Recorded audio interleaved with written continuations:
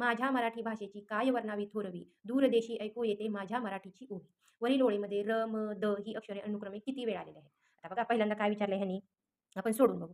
र र किती वेळ आले बघू. आता 1 2 3 4 इथे एक र आले, एक. त्यानंतर 2 3. त्यानंतर बघा, हे एक वेळा र. हं.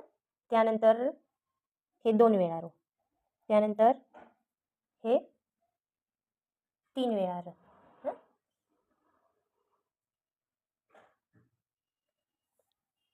आणि इथं वर, इथं पण रचा उच्चार होतो का नाही, म्हणजे हे 4 वेळा. म्हणजे र किती वेळा आलेला आहे? 4 वेळा. त्यानंतर दुसरा शब्द आहे म. म किती वेळा आले बघू आपण. मस, याच्या म्हणजे म. इथं एकदा म, इथं 2 वेळा,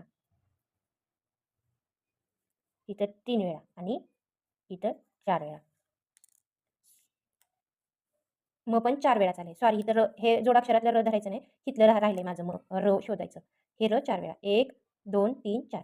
त्यानंतर द किती वेळा आला आहे बघू. द बघा, माझ्या मराठी भाषेची काय वर्णावी थोडी डू.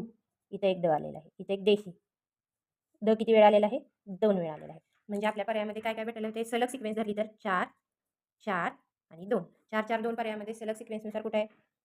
4 4 2. इथं 4 2 4 असं मागे पुढे घेऊन चालत नाही. बरोबर र त्यांनी पहिला विचारलाय रच, त्यानंतर म आणि त्यानंतर र. हे त्यांची तिघांची सिक्वेन्सनुसारच अंक पण पाहिजेत. मग पर्याय क्रमांक 2 मध्ये 4 4 2 आहे म्हणून आपलं उत्तर